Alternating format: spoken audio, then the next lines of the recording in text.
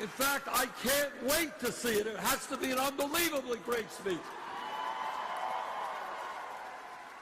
Now, there's another issue that separates us. This is not a sexy issue, but it is a very important issue. The media doesn't cover this issue at all, but you know how important it is. And we'll talk about the media later. Okay. It is the issue of the impact of disastrous trade agreements. Are you all familiar with NAFTA and CAFTA, criminal trade? Here's a story. Back in the early 1990s, when I was elected to Congress, I worked very hard, was on picket lines in opposition to NAFTA, North American Free Trade Agreement. Because I knew what these trade agreements were about. You all know what they're about. The corporations write them, and they're saying, why do I have to pay a worker in Oklahoma 15, 20, 25 bucks an hour? I can go to China, I can go to Mexico, pay people very low wages, and I bring my product back into this country. That's about it. That's the whole theory. And that's what's happening. That's right. Since 2001, we have lost 60,000 factories in this country, millions of decent-paying jobs. Here's a story. Early 1990s, I went to the Maquiladora area in Mexico. It's a special zone where the Mexican government provides tax breaks for corporations who settle in that area. And I looked at the area, drove around, and you had all of these incredibly new state-of-the-art factories. Many of them, of course, previously existing in the United States of America. And then I went to meet some of the workers in those factories. I wish that I could tell you that I went to their homes to talk to them. I can't tell you that because they didn't have homes. They were literally living in cardboard shacks, making 25 cents an hour back then. So what has happened over the last many years is we have lost millions of decent-paying jobs. Workers who lost those jobs often get other jobs at half the wages. So our message to corporate America is, if you want us to purchase your products, you damn well better start manufacturing those products here in America.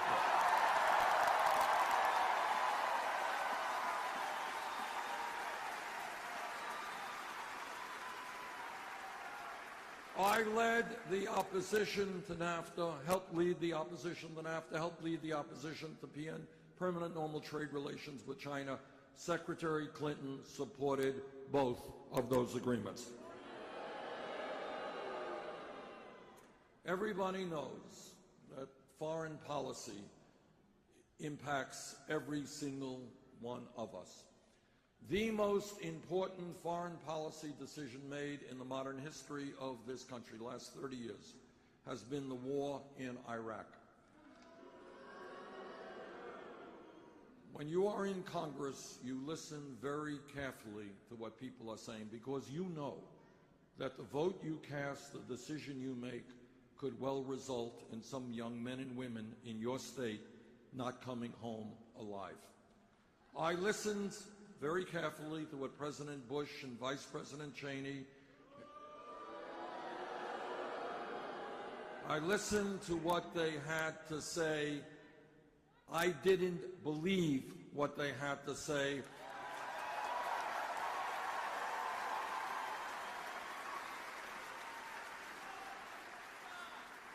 I voted against the war in Iraq.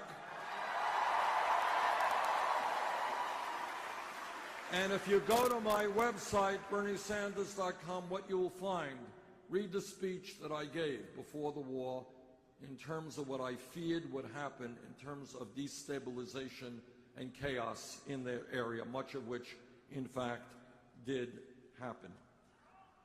Now, when we talk about why there is so much angst in America, why people are frustrated, disillusioned, it has to do with the fact that they are looking out around them and they're saying, how does it happen that in this great country, the middle class of America continues to disappear and almost all new income and wealth is going to the top 1%. And what the American people are saying, how does it happen that in America today, the top 1%, no, I beg your pardon, the top 1/10 of 1% now owns almost as much wealth as the bottom 90%. How does it happen that the 20 wealthiest people now own more wealth than the bottom 150 million Americans? This is not an economy that is moral, that is sustainable, or is American.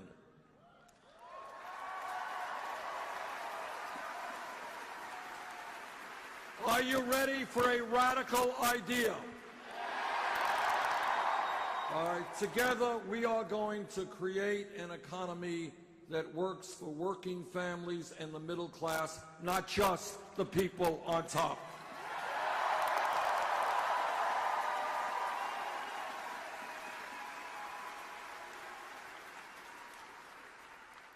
Today in America, real unemployment is not 5%. If you include those people who have given up looking for work and those people who are working part-time when they want to work full-time, real unemployment is close to 10%. And in various communities, the Native American community, the numbers are much, much higher than that.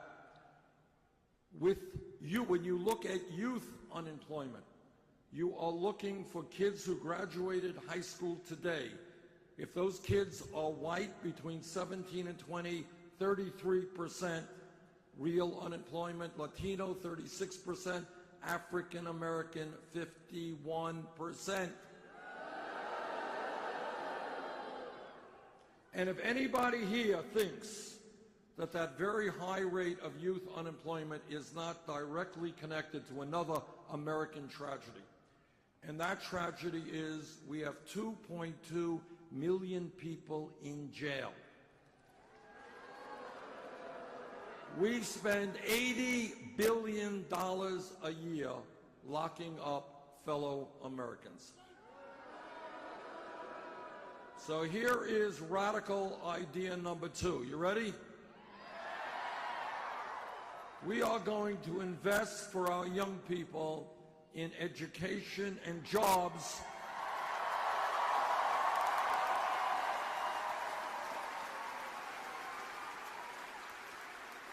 Not more jails or more incarceration.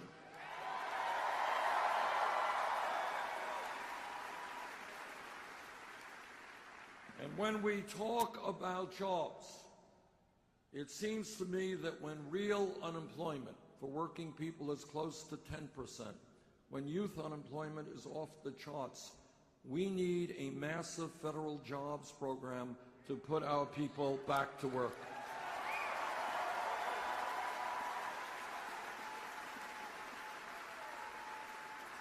We should be hiring teachers, not firing teachers.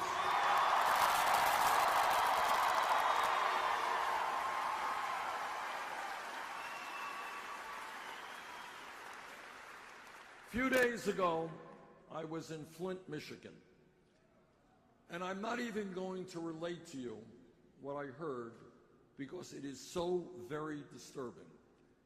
I mean, to hear about children who are being poisoned by the water that they have drank for the last several years, and seeing parents telling me, now can you imagine being a parent and seeing the intellectual capabilities of your own child decline significantly over a 2-year period?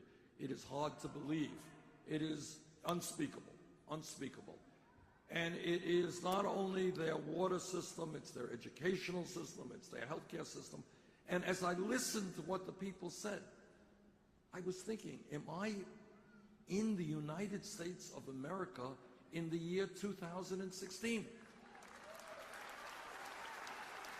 Or is this some struggling, impoverished third world country? I could not believe it. It is criminal. But it is not just Flint, Michigan. All over our country, in my own state, we have bridges in disrepair. roads in disrepair, wastewater plants, water systems. We have a rail system in America. We used to lead the world, no longer. Airports, levees, dams. We need to rebuild our crumbling infrastructure.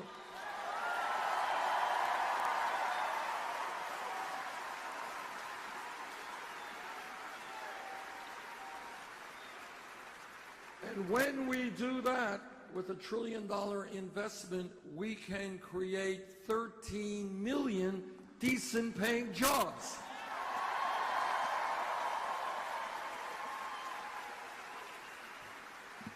Well, people say, you know, Bernie, that's a great idea. Our infrastructure is crumbling.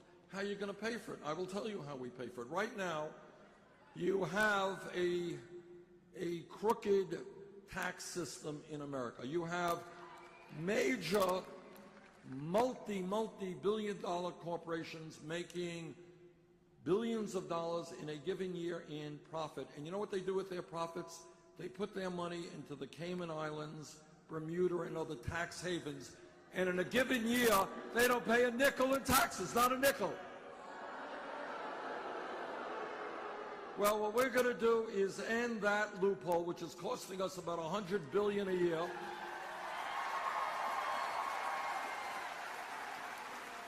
And we're going to invest that money in rebuilding our roads and bridges and water systems and creating 13 million jobs over 5 years.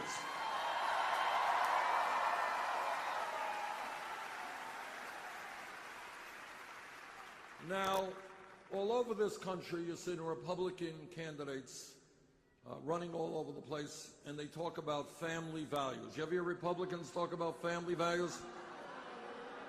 They just love families. But I want you all to know what they mean by family values, so there's no mistaking what they mean, because this is serious stuff. What they mean is that no woman here today, no woman in Oklahoma, no woman in America should have the right to control her own body. I disagree.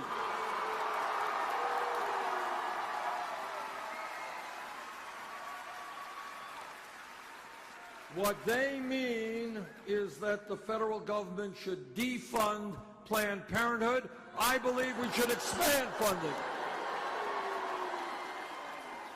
What they mean by family values is that our gay brothers and sisters should not have the right to be married. I disagree.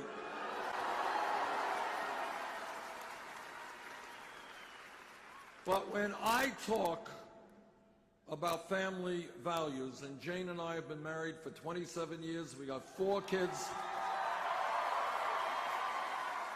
We have 4 kids, 7 beautiful grandchildren who I miss very much. Haven't seen much of them lately.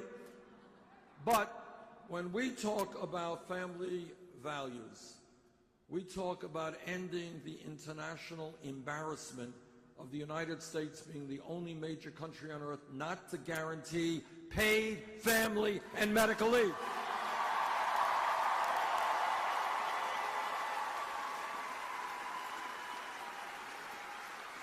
Now, when we talk about a warped sense of national priorities, how does it happen that every other major country, almost all the countries, poor countries, understand that if a woman has a baby, she has the right to stay home with that baby for a period of time?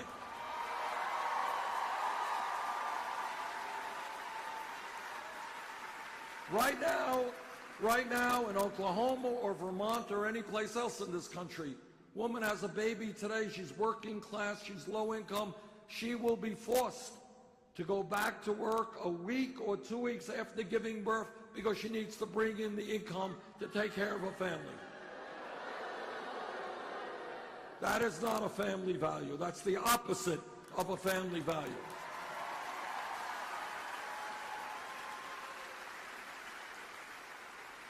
And that is why we are going to pass legislation right now in the Senate and the House, 3 months paid family and medical leave.